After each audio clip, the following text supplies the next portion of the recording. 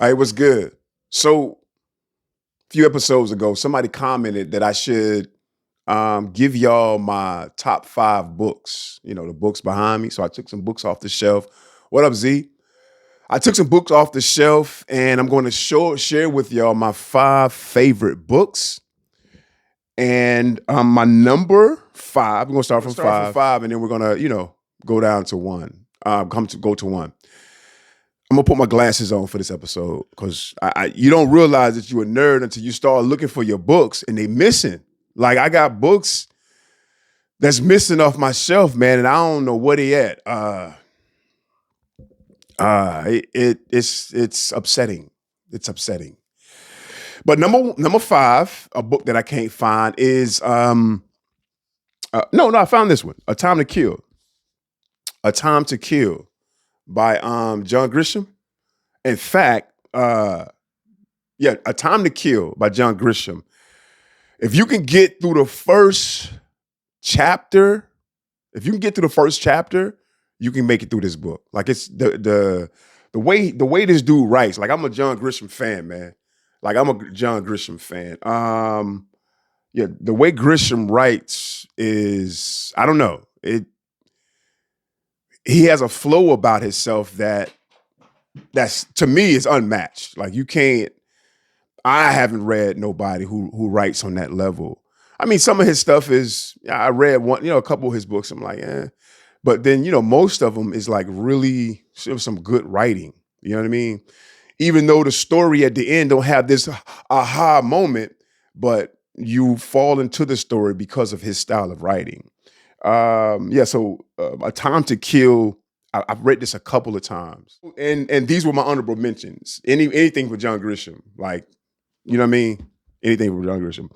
Okay, so we're gonna go with my 4, a book that I can't find. In fact, I had a few of these, and I believe these are my fault because I was giving these away because it's a really great book.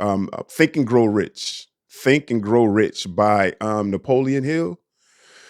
Yeah, Napoleon Hill wrote this book, I believe in the 20s or 30s. Anyway, it took him 20 years to write the book because he interviewed different millionaires or rich people at that time. And he was taking in all that information and compiling it into this one book. They say that he said that Carnegie, Carnegie Hall, well, Carnegie, he gave him the idea to write the book. Really great book. Like I'm Think and Grow Rich. That was my book for a while. I am a rich dude. I'm broke, but I'm rich because that book changed my way of thinking. It changed my way of looking at life or looking at riches. You first have to really think that you're rich. You really have to really believe or be grateful for everything that you have before you can really get into things that you want. That's what that book taught me. And a lot of other stuff, but that's the basis of what I got from the book. So Think and Grow Rich is one of them. And with that, my honorable mention with that is anything from Robert Kiyosaki. I got Before You Quit Your Job and Prophecy, but the book the first book that I got into that he wrote was Rich Dad Poor Dad. That is a great book also, and it really changes your way of thinking on things. Rich Dad Poor Dad, Robert Kiyosaki. All right, so we moving right along here. Let's get into book number 3. And my third book, which is a book I can't find, I think I gave it to my son. I give books away too, so it's my fault. Book number 3 is Malcolm X, the Autobiography of Malcolm X.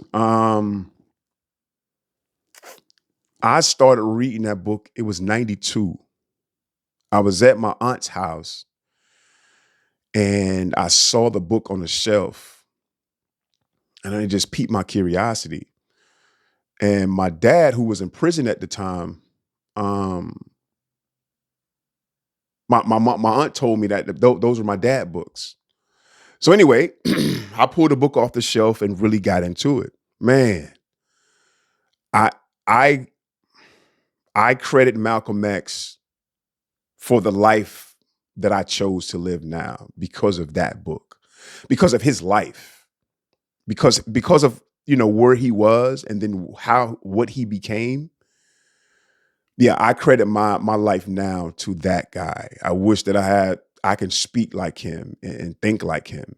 Um, yeah, I don't think he's unmatched. He's unmatched, but I'm trying. I tried to raise my kids in a fashion of the life that he became to, because he became Muslim, and that his book led me to Islam, led me to Islam. So Malcolm X, Malcolm X is my book number 3. And the honorable mention for that, I would say, is The Miseducation of the Negro. I had that book. I can't find it. Somebody, I didn't give that one away. And The New Jim Crow. The New Jim Crow. The New Jim Crow is really nice. I think she wrote it in 2009, 2007, 2009. And it talks about how when Jim Crow, well, we went from slavery, black folks in America, we went from slavery, and then we went into Jim Crow, which was another form of oppression. And then when Jim Crow was somewhat gone, black men just started being thrown into jail because a lot of the laws were changed, uh, and police focused on the ghettos where the blacks were, and just start throwing them in jail. So that the new Jim Crow is a really nice book too. At one point, I really wanted to really start a discussion about it, and I still might, on some things that we can do to help counteract, those actions that's throwing young black men into jail. All right, so let's get to my book number 2. And book number 2 for me is The Art of Seduction. The Art of Seduction by Robert Greene. This is it right here, man. I mean, people talk about being manipulative, and in this book, he explained how the word manipulative and seductive is really the same word. This girl on my job, she called me a master she called me a master manipulator. I was offended. I'm still offended about it a little bit, but to manipulate is just to really get what you want, and it's seduction. You know how to seduce people, and what he does in this book, he goes through he goes back in history, and he pulls up master seducers, or people who were who was master at seducing people. He even pulled up some con artists who was, because they was able to seduce you out of your money, right? So what I found in this book is there's a section where he goes through the history of somebody who was a seducer. And then there's a part in here called Keys. If you can see that, Keys to Character. That's where he really gets into how you come about being a seducer. Um, and I think he points out there's like 9 different types of seducers, and you see yourself. You see yourself, or you see someone who in this book. There's nothing wrong with that. I mean, of course, if you're doing it for malicious reasons, then there's something wrong with it. But people are sometimes just natural seducers, and I think that's what's me. Because I'm not trying to mess up nobody's life, but anything for Robert Greene. I got Mastery from Robert Greene, and I got Power, which is this was a study for me. Power by Robert Greene. And he also has these are the 49 laws of power. He also has what you call it 33 strategies of war, and one of the recent books that he came out with. I'll try to put it up. Another honorable mention is The Alchemist. The Alchemist. I just read it. I just listened to it on Audible the other day. I read it on Audible the other day. Just a nice story. It's a really easy story, but with so much lessons. And one of the lessons that I just pulled from it was love won't stop a man from pursuing his goals. Love will not stop a man from pursuing his goals. If it does that, if it stops him, it's not love. I love that statement. That was a beautiful statement, man, because it goes to what, a man following his purpose. And if he gets a lady who tells you, no, you got to focus on me, damn your purpose, she really don't love you. She's in it for herself, which is, it's okay. It's okay for her. But you have to really focus on, what's good for you. So I thought that was really good. The Alchemist is another honorable mention. Rich, no, I said that. No, Richest Man of Babylon.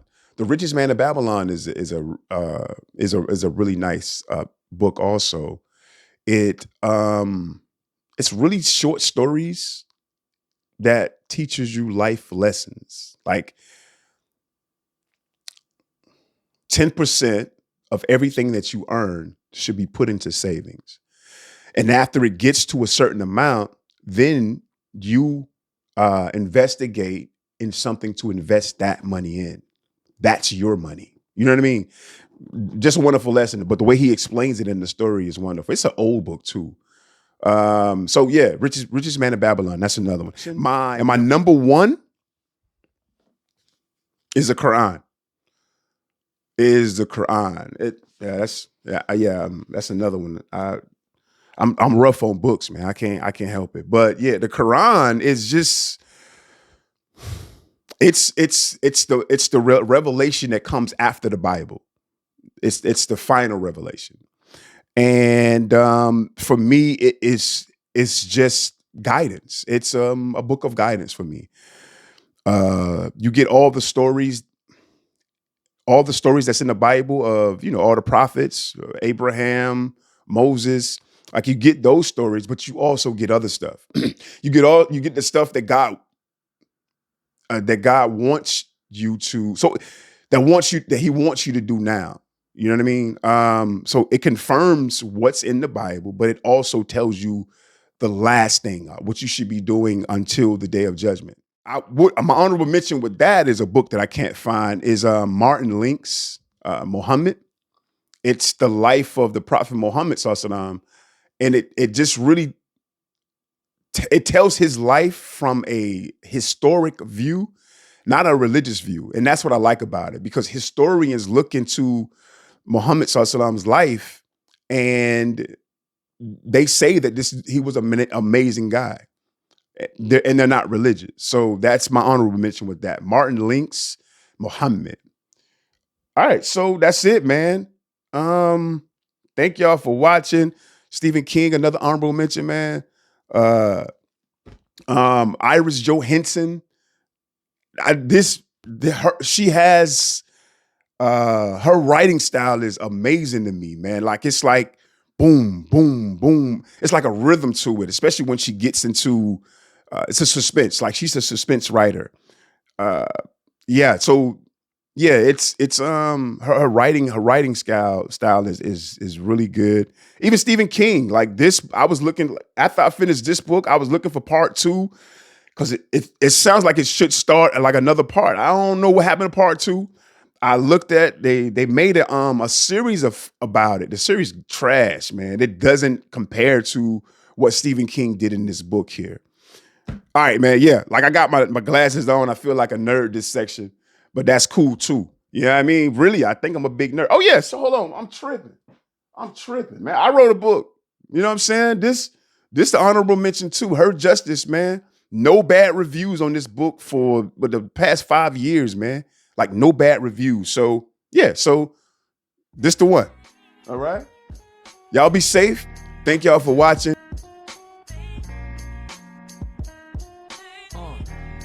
I'm just sitting in the dark. See, first she love me, then she hate me.